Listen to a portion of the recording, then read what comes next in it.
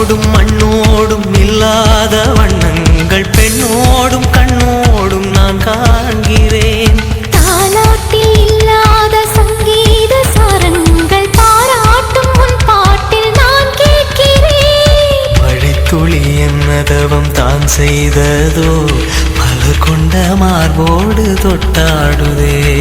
மழை துளி தொட்ட இடம் நீ தீண்டவோ நினைக்கையில் உள்ளூர கல்லூருதே.